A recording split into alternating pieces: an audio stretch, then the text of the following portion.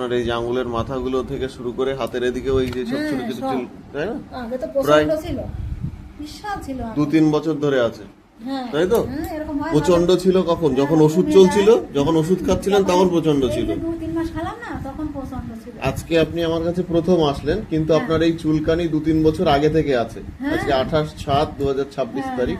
হ্যাঁ, এই 2-3 বছর। আর আপনি এর আগে বহু জায়গায় বললেন ট্রিটমেন্ট হ্যাঁ, করিয়েছেন, হ্যাঁ, এলোপ্যাথি, হোমিওপ্যাথি, বিশেষত আপনি হোমিওপ্যাথি বেশি করিয়েছেন। হোমিওপ্যাথি ডাক্তারবাবুরা আপনাকে 3-4 রকম করে ওষুধ ডেইলি খেতে দিত, হ্যাঁ, মলম দিয়েছে তো। মলমও লাগাতে দিয়েছে, ওষুধও লাগাতে দিয়েছে, তাই তো? হুম, এবং আপনি হোমিওপ্যাথি কত জায়গায় দেখিয়েছেন? হোমিওপ্যাথি খেয়েছি, ওই শ্মশানকারের কাছে খেয়েছি, আর ওই গোপালনগর একজনের কাছে খেয়েছি 2 মাস। আর 2 মাস না, এক সেও মাস। 2-3 রকম দিত, মানে যতজনের হ্যাঁ, কাছে সেও 3-4 রকম দিত।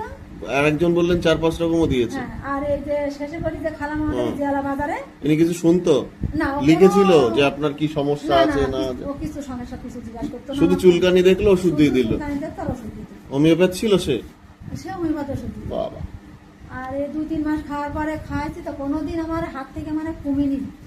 আচ্ছা, মানে এই 3 বছর ধরেই আপনার ট্রিটমেন্ট কম বেশি চলছে হ্যাঁ, কম বেশি চলছে। এবং বিভিন্ন রকম হোমিওপ্যাথি ওষুধ চলেছে। হ্যাঁ, আচ্ছা, আমরা কেস টেকিং করে আপনাকে মেডিসিন দিচ্ছি, আচ্ছা, ব্রিমস্টোন, গোপাল- দেখা যাক কি হয়। গোপালনগর আশা ওষুধ। করি খুব দ্রুত কমে যাবে, কিন্তু কথা হচ্ছে যখন বিভিন্ন রকম ওষুধ একসাথে খাওয়া হয় 4-5 রকম, ওটা কমপ্লেক্স হয়ে যায়, শরীরে জটিলতা আসে, সহজে যেতে চায় না, তার কারণে আপনার টাইম লাগতে পারে।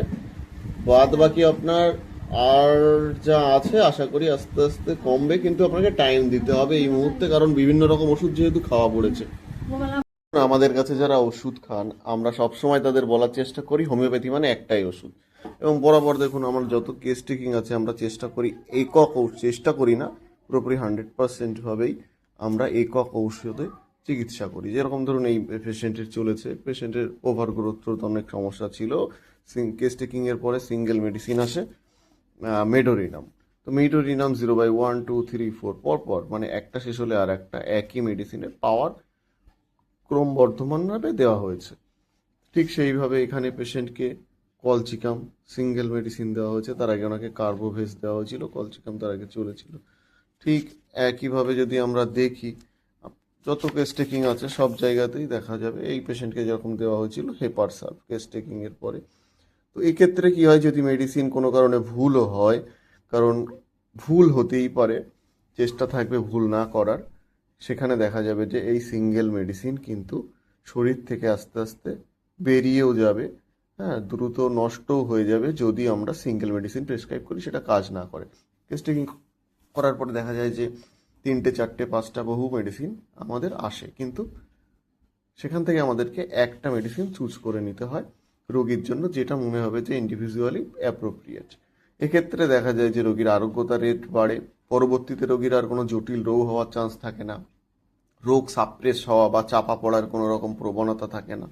তো এইভাবেই সিঙ্গেল মেডিসিনের পরিবর্তে যারা মাল্টিপল মেডিসিন ব্যবহার করছে তারা কিন্তু রোগীকে দিনে দিনে জটিল রোগের দিকে ঠেলে দিচ্ছে। যেরকম এই কেসটাতে এই ভদ্র মহিলার কিন্তু অ্যাপেন্ডিক্স অন্যান্য সমস্যা ছিল না, উনি 2-3 বছর ধরে ওষুধ খাচ্ছেন, তার মাঝখানে অ্যাপেন্ডিক্স কিভাবে আসলো? কারণ হচ্ছে বিভিন্ন রকম হোমিওপ্যাথি ওষুধ খাওয়া হয়েছে, যেটা শরীরের সাইড এফেক্ট হিসাবে অন্যান্য রোগ দেখা দিচ্ছে। তো হোমিওপ্যাথির অনেকে মনে করে সাইড এফেক্ট নেই, কিন্তু হোমিওপ্যাথির মতন মারাত্মক সাইড এফেক্ট কিন্তু আর কোথাও নেই, যখন সেটা কমপ্লেক্স হয়ে যাবে। এরকম কিন্তু দুটো একটা কেস দেখাচ্ছি তা নয়, দেখুন এখানেও আমি যে কোনো একটা আরবিটারি কেস খুলে দেখাচ্ছি। দেখুন দেখুন পেশেন্ট চিকিৎসা চলছিল 11/12/2024, আর এখানে লাস্ট ডেট ছিল 21/7/2025। দেখুন যা চলেছে single medicine, phosphorus phosphorus phosphorus, patient কিন্তু ভালো হতে হতে গেছে, পেশেন্ট ভালো হতে হতে গেছে। ঠিক একইভাবে যদি আমি আপনাদের আরও দেখাই, আপনারা দেখবেন এটা হচ্ছে আরও আগের খাতা। এখানেও কিন্তু পেশেন্টের মেডিসিন যা চলেছে সিঙ্গেল মেডিসিন, অ্যাসিড ফস চলেছে। এখানে দেখুন যা চলেছে acute case, medicine single medicine চলেছে, এপিকক। হ্যাঁ, তো এইভাবে চিকিৎসা করলে দেখা যায় যে রোগীর পরবর্তীতে অন্য কোনো রোগ হওয়ার চান্স থাকে না। এখানে আপনি দেখুন যেটাই খুলবেন, এটা হচ্ছে ক্যালকেরিয়া কার্ভের কেস ছিল, এটা দেখুন ন্যাট মিউরের কেস, এটা পালসেটিলা ওনার বরাবর চলছে, পালসেটিলা ন্যাট মিউর এসেছিল, এটাও দেখুন 4/12/2024 তারিখের কেস। তো সিঙ্গেল মেডিসিন প্রেসক্রাইব করতে হবে, নচেত রোগীর রোগ এবং জটিলতা দিনে দিনে আরও বাড়বে। তো এটাই হোমিওপ্যাথির এফিকেসি, যে সিঙ্গেল মেডিসিন প্রেসক্রাইব করুন এবং ধীরে ধীরে রোগীকে আরোগ্যতায় ফিরিয়ে দেওয়া।